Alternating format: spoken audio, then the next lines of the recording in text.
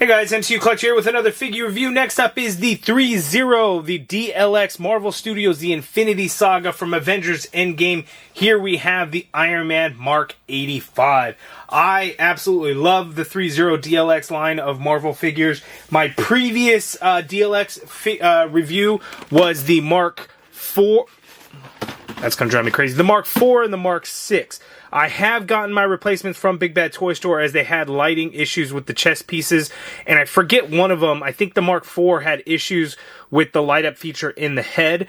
And it sucked having light issues. So I got my replacements. We'll see if these ones are good along here with the Mark 85. So, yeah, I'm very excited. This one looks great because this one I don't think has any reused parts. I think this one's going to be all new, as the 85 is a very different build and body and everything like that. So I'm very excited. As you can see here, we got to look at the figure. We got the Avengers Endgame logo there. You can see the official threezero seal there. Bunch of mumbo jumbo on the back. And then we have there the Mark 85. So you get a look at what the figure comes with and everything in terms of accessories. He's got like that sword piece there that he can hold on to. Maybe he comes with two. You got that big old back piece, and then you got one of those like blaster pieces that transforms on the arm there. So it looks like he's packed out with quite a bit of stuff, which I think is going to take a lot of batteries, by the way. So hopefully I have enough and we can kind of get into it and check this thing out. So I ordered mine from Big Bad Toy Store. I think this guy is in stock still. The Mark 4 and the Mark 6, one of those has since sold out, but I'll have links in the video description below if you're looking to pick these up. But anyway, let's go ahead and open up this Mark 85 and let's take him out of the box and get a closer look. This is an extremely minor thing, but I thought I'd bring it up because this is the first that I've come across this. The stand piece is not like in the tray, like it was just like floating in here like that, which is just not normal when you have all the other ones and you notice those little bit of changes there. So I guess these sword pieces are so large that they couldn't then figure out how to fit the stand in there as well. And I could be wrong, is I don't always pull out the stands for these figures. I feel like this one's shaped differently. I think they're just usually a straight up rectangle, but this one's a, how many sides? 1, 2, 3, 4, 5. This is a hexagon. So it's a little bit different. Not that it's a big deal at all, it's really not, but I just thought it was interesting. So there's how the two trays look. Now, let's open them up. Alright guys, so I have the figure out of the package. I want to get this out of the way. I got it lit up. You got to remove parts to turn the lights off.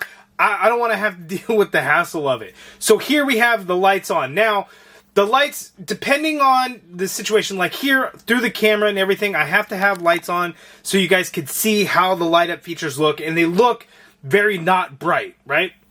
But they have a decent brightness to them. It's just through the camera on video, it just doesn't look very bright, and that's like, oh, that sucks, because these ones are actually pretty good, whereas some of the other ones come out looking really not bright. So let me see. If I turn these other lights off that I've got on, and then, like I say, let's turn that one off. So you can see the lights there. So the back piece lights up, the arc reactor lights up, the eyes light up, and then those reactor cannon pieces, those light up. So you have all these different light up pieces, which is awesome.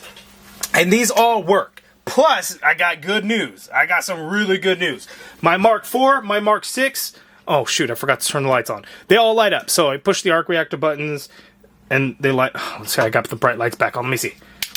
So you can see that they're light up. They're lit up. Anyway, it's hard to see with the bright lights. So the Mark 4, the Mark 6, they are good to go. They light up well. No issues with them. The thing about the battery compartments, and that's going to go for the 85 also, is the metal piece that holds the batteries in place. You may have to kind of pry it back open a little bit so it holds the batteries in place. That's going to be kind of the key thing. Whereas the first go around on the Mark 4 and the 6, the 4 definitely had an issue with the light piece in the head, but I think the arc reactor chest pieces, maybe that was the issue with those. Could I have figured it out and solved it? I probably should have, although, like, you shouldn't have to fix issues straight out of the box, right? They should be ready to go completely. But little tweaks here and there could help with it. But the Mark 85 was pretty good. I didn't really have any issues like that, so it's pretty awesome. So the light up feature, what I really like this time around is where all the other ones have the standard clear like plastic where the light shines through. This one's blue, so you see blue light coming through the eye lenses and blue coming through the arc reactor, and then this piece here in the back. Oh, I didn't do that. I should have done that. Dang it. Anyway, look at that. Hold on. Let me turn off some lights. So in the back, that piece lights up, and this is the cool thing. That's how you turn it on. You push that right in the center, and that's how you turn it on. So that is really cool. There. So I'm really happy with the way this came out, and I'm so happy that my Mark IV and my Mark VI are working again. The thing about it is I'm never really going to light them up. It's a very cool feature, and I love the fact that we can do that, but let's be honest here. I'm not going to light them up. In a lot of cases, it's kind of a pain in the ass to actually light them up. The chest reactors, you can push the chest reactor, the arc reactor, and then it turns on. So it's not a big deal. But the eyes, you got to pop the little head plate off, and then get to it, and it's kind of like, oh, geez, that's kind of crazy. Each figure typically takes 4 batteries, 2 in the chest reactor, 2 in the head. The Mark 85 takes a lot more batteries. 2 in the chest, 2 in the head, that's 4. 2 for the cannon, and there's 2 cannons, so that's another 4. So that's 8 batteries total. Plus, this back piece, this thing takes 3 batteries, so that's 11 batteries altogether. Now, that's a lot of batteries, but the good thing is the batteries are dirt cheap on Amazon. They're probably low quality. They probably don't last very long, but all I need to do is display them quickly, and then after a minute or two, I basically just turn them off. So it's not an issue for me, but I know that, hey, they are cheap batteries. They're probably not the highest quality, and they may not last as long. But hey, they get the job done, especially here for the review for you guys. So I'm going to go ahead and turn them all off, and let's take a closer look at this figure because it is absolutely gorgeous. Okay, so here's an up-close look at the Mark 85, and again, this figure is absolutely gorgeous. The more and more I see this suit of armor, the more and more I like it. It took me a long time to kind of realize this, is Marvel tried to do something very classic looking, where you got gold on the arms, gold on the legs, and then just kind of his body suit portion is red, and then the gauntlet piece is red, and then the boots red in there. There's some nice silver in there, sure, but it does kind of give a very classic comic book look while also making it obviously very, very modern. So I really like that they did that. And again, it took me way longer than I should have to kind of realize that. But looking at the back, you can see there's some ports there, because this large portion, I don't even know what to call this thing. This back piece energy thing, it probably has a name in here. It's called Lightning Refocuser. Oh, so when Thor, that's right, that's when he had it, right? So Thor shoots the lightning through, and then he is able to kind of blast off with that. So that's what's going on here. So that just sits on his back like so. That is pretty cool. It is very light. As you can see, you could just pull it off like so, and then you do get this back cover piece to kind of to cover up those empty holes in his back, like so. And that looks really good there. So looking at the back of the figure, very, very nice. Looking at the front, very, very nice. Absolutely love the way it came out looking. So let's take a look at the accessories. So we get 2 of these reactor cannons that go on the arms, and they swap out at the elbow. So here with the arms, so you get the forearm piece. You could just pull the forearms out, and then here you could just port it right on into the elbow like so. But I do seem to be having some issues where it seems like it doesn't want to go as far in as it should. I feel like it should go further in there, but that's all it goes. I mean, that works because that still lets you, use the elbow in there. So that is cool. But we get 2 of these. So one for the right, one for the left. So that is really cool. I don't know for sure if these are the same as the Mark 50 ones. I want to say they probably are. There might be some differences in the deco, but probably very similar. So we got that there. So let me put this arm back on there. Swaps out very easily as long as you don't drop them like I did. And then we also get like these energy swords blades here. So it's dual bladed with the energy effect. Like, he makes a shield out of this as well. And then you kind of have these blades, and you get 2 of these. So one he can hold with his right hand, and one you can hold with the left hand. And these look really good there. The other accessories is we get 4 of these flame effect pieces. So you have two shorter ones, two longer ones. So you can put them on the bottom of the feet. You can use them in the arc reactor blast hands. So for flying and for blasting, we get these same ones that we get with every single other Iron Man figure. So there's nothing new with those ones there.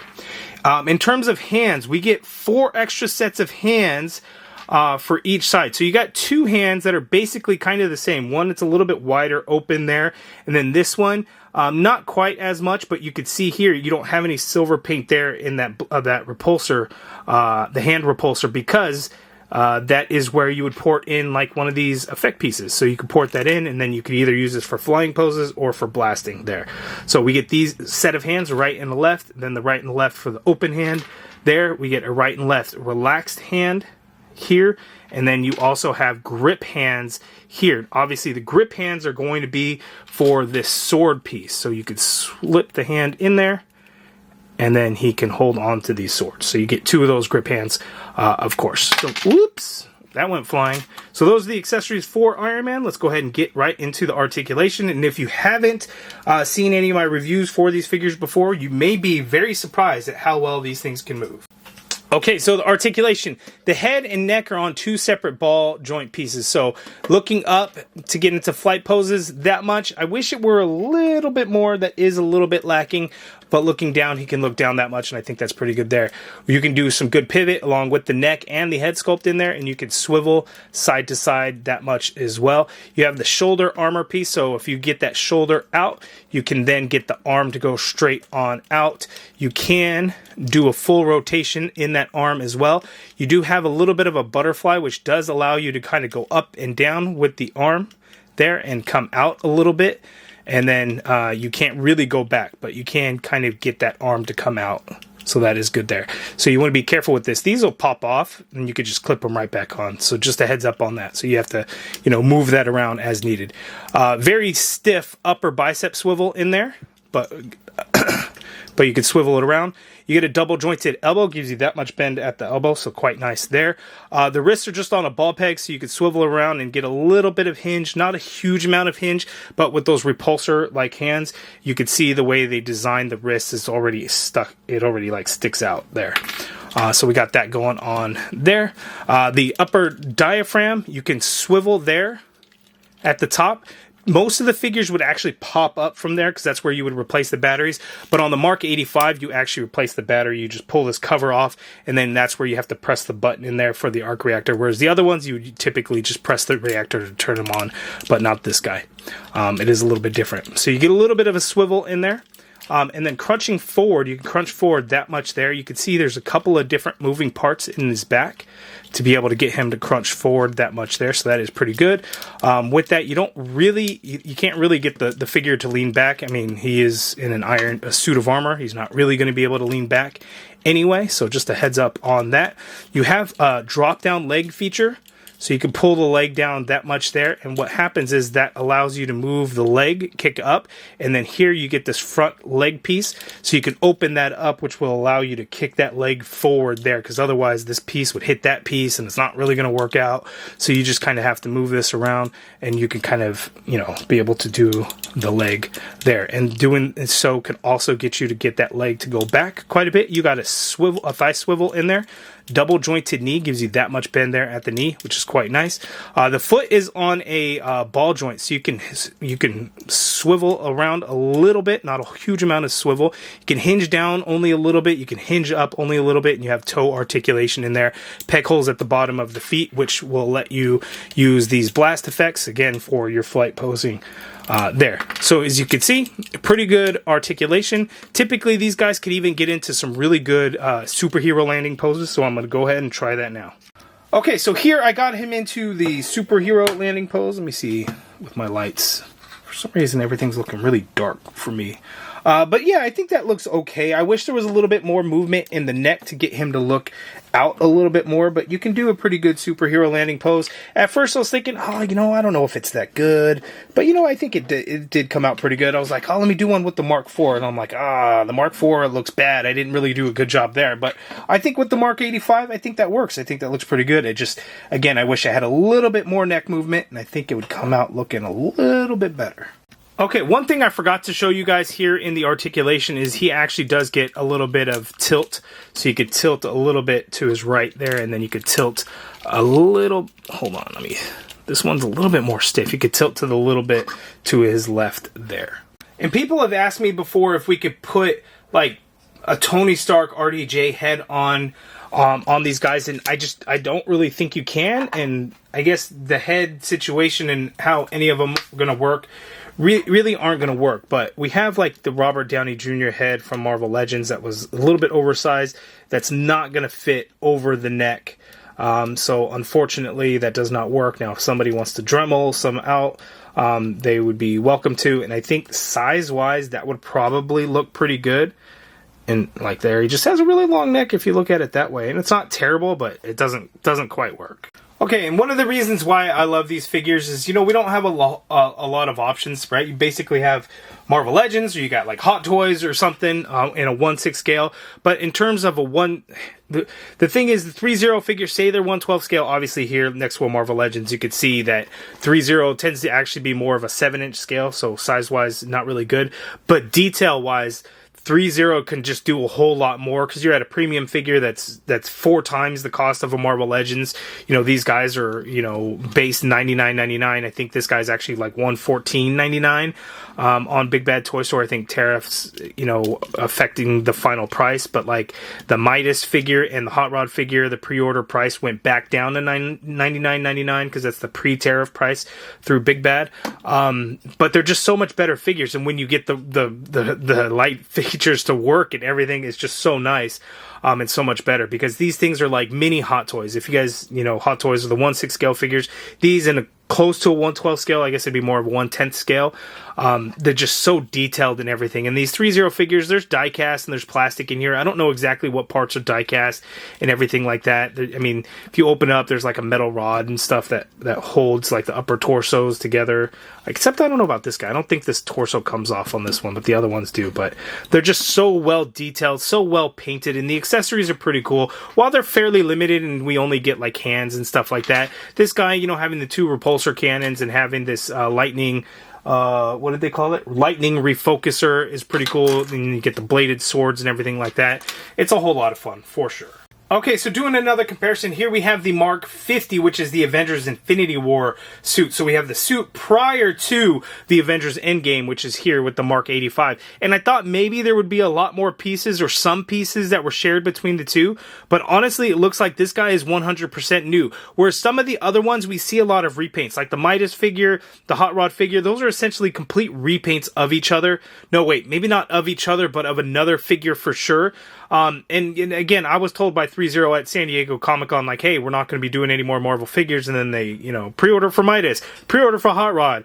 And I could see them doing more repaints and stuff like that. I would love for them to go back to original figures and give us like an Avengers Age of Ultron figure. You know, we got Black Panther because he technically has a metal suit. We've got War Machine. We've got Iron Patriot. We got Iron Spider. We've got Hulkbuster.